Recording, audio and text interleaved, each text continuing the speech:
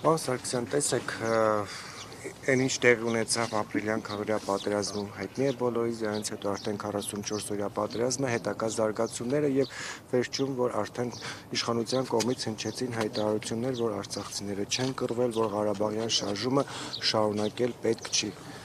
Ուրեմն ասեմ ապրիլյան պատերազմի վերաբերյալ մեր հետախուզությունը գիտեր, որ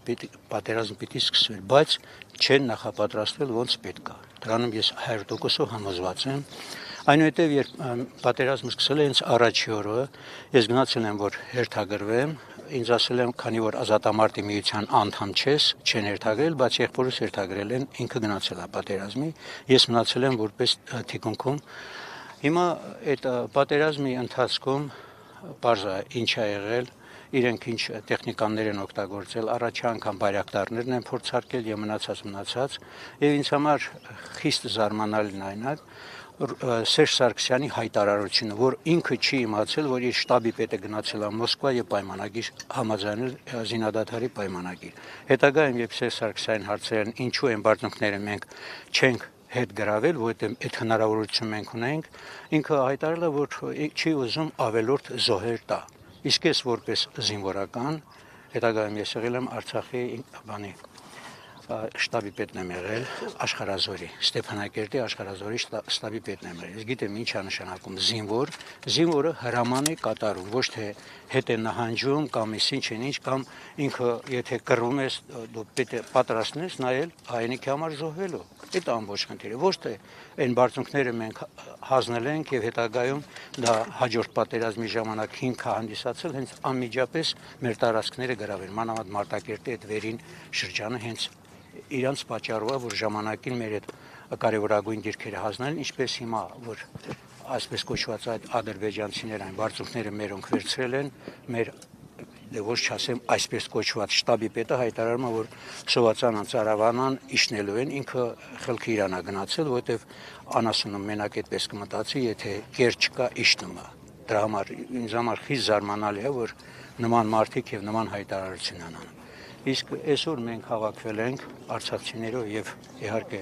բոլոր ցանկացողներն էլ այստեղ եկել են ապրիլյան այդ պատերազմի զոհերի հիշատակը հարգելու։ Դա մեր խնդիրը։ Եվ կանդրադառնեք բանին, հա։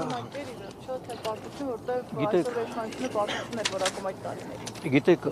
բոլորն էլ յուրաքանչյուր տեսակետն են էլ արտահայտում։ Հիմա տեսնում եք հենց ամերիկյան այս ժամանակակից պատերազմը։ Թրամփը այնտեղ հայտարարում որ մենք արդեն հաղթել ենք իրանք այդ նույնն էլ եղել է մեր պատերազմի ապրիլյան պատերազմի ժամանակ։ Մենք գտնում ենք որ մենք ենք հաղթել, թուրքերն էլ իրանք բանն անում որ իրանք են հաղթել, բայց ինչ է տեղի ունեցել, փաստորեն դա նախահիմք կամ նախադուռը կարելի է հաշվել հաջորդ պատերազմին։ Իրենք այն բանակում ասում են, չէ, разведка сбоем, էլի, ասինքն իրենք հենց այդ բանը արել են, համոզվել մեր թուրքերը իմացել ինչ կա, ինչ չկա։ Հակաօդային պաշտպանությունը հիշում եք հետագայում Արայք Հարությունյանը հայտարարում որ մեր օդը լրիվությամբ ապահովված է, իրենք ոչ մի բան չեն կարողանալու անեն, բայց չմոռանանք նաև որ պաշտպանությունը օդային նաև հանձնված է եղել ռուսներին, որոնք չեն օգտագործել։ 3 օր թույլ են տվել, 3 օրվա ընթացքում այդ 44 օրյա պատերազմի ընթացքում ահռելի քանակությամբ մենք բայրակտարներ ենք խփել։ Նրանց թույլ չեն տվել եւ թուրքերը եկել են սկսել արդեն ոնց որ ասում է գրավել են մեր տարածքները։ 20 թվականի մասնակցությունը։ Խոսքը 20 թվականի։ Հիմա դուք կանդրադառնաք վերջի հայտարարություններին, որոնք հնչել են իշխանությունների կողմից, որ արցախցիները փախան, հատկապես ռազմաքաղաքական ղեկավարության ներվերջին չեպազրույցում հնչած մեղադրանքը Ղարաբաղյան շարժումը չշարունակելու վերաբերյալ։ Ուրեմն ասեմ, տեսեք ինչ է տարքիր բան։ Ուրեմն շատերը ասում են, որ իբր Ռոբերտ Քոչարյան, Սերժ Սարգսյան իրենք են կազմակերպել, որ 44 օրյա պատերազմի ժամանակ մերոնք պարտվեն, որ իշխանափոխություն լինի։ Դա ես բացարձակ անմտություն եմ ասում, ինչի համար։ Հանձնաժողով է ստեղծվել 44 օրյա պատերազմի վերաբերյալ։ Եթե այդպիսի փաստ լիներ, իսկ ում կներկայացնեին, իսկ ինչու են թաքցրել։ Որտեղ բոլոր այն 1000-ից ավել մարդկանց հարցաքննել են, բոլորն էլ պարզ ասել են, ովքեր են իրենց հրաման տվել, որ դիրքերը հիմա կոնկրետ մեր օրինակը ասեմ, Աշխարհազորը։ Մեզ տված ա եղել, ուրեմն Սարուշենից Սարգսաշեն այդ ամբողջ հատվածը 7 կիլոմետր հատվածը մենք ենք հսկել։ Նոյեմբերի 5-ին եկել են մեզ ասել, որ պետք է դիրքերը թողեք դուրս գանք։ Ով է ասել։ Փաշինյանի կողմից։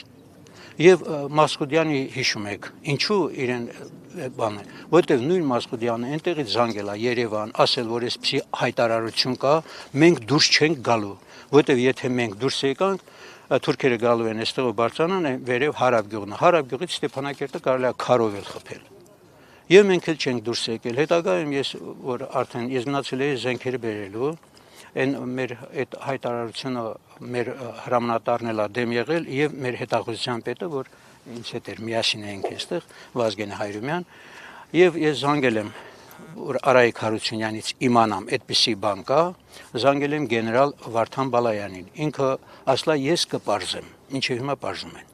Այսինքն այդպիսի իրոք հրաման եղել է, որ դիրքերը թողեն դուրս գան։ Այդ ամբողջ խնդիրը։ Եվ մենք որ գնացել ենք առաջին բանի պատերազմին հոկտեմբերի 7-ին ա եղել, որ Քանդ Խորադիզը մեզ հագցրել են սպեցնազի հագուստ, պատկերացրեք աշխարհազորայիններին եւ ասել, որ այդ Քանդ Խորադիզը պետք է մենք գնանք վերցնենք։ Մենք գնացել ենք վերցել Քանդ Խորադիզը, որ պիտի օգնության գային, հրամայել են օգնության չեն եկել։ Եվ արդեն տանկերը, որ թիվը արդեն 64-ի է հասել, մերոնք բնականաբար թողել են դիրքերը եւ հեռացել։ Ոչ թե փախել են, այլ հեռացել են դիրքերից եւ այդ պատերազմի ընթացքում մենք տվել ենք 4 զո 17 վիրավոր։ Իրենց պատճառով, որ չեն եկել օգնության ժամանակին։ Այն էլ ոնց է եղել, տանկերը, որ եկել են սկսել արդեն մերոնց վրա խփելը, բնականաբար արդեն մերոնք պիտի վերկենային խրամատներից, որտեվ եւ ականանդետներով են խփում եւ ամեն տեսակ գրադով բանով խփում են, պետք է տեղը գիտեն, բնականաբար պիտի դուրս գան։ Դուրս են եկել այդ շարժվելու ժամանակ 4 հոգի մենք զոհ ենք տվել եւ հետագայում գնացել 2 հոգի այնտեղից հանել։ Երկուսին հնարավոր է եղել հանել, երկուսին չեն կարողացել, որտեվ անընդհատ կրակի մեջ են եղել։ Այնպես որ նման հարցեր կա, էլի հիմա այսօր կանգնում են ասում, որ փախել են, չեն եկել։ Լավ, եթե փախել են, չեն եկել։ Գլխավոր գերագույն հրամանատարը դու ես։ Ինչու չես պատժել։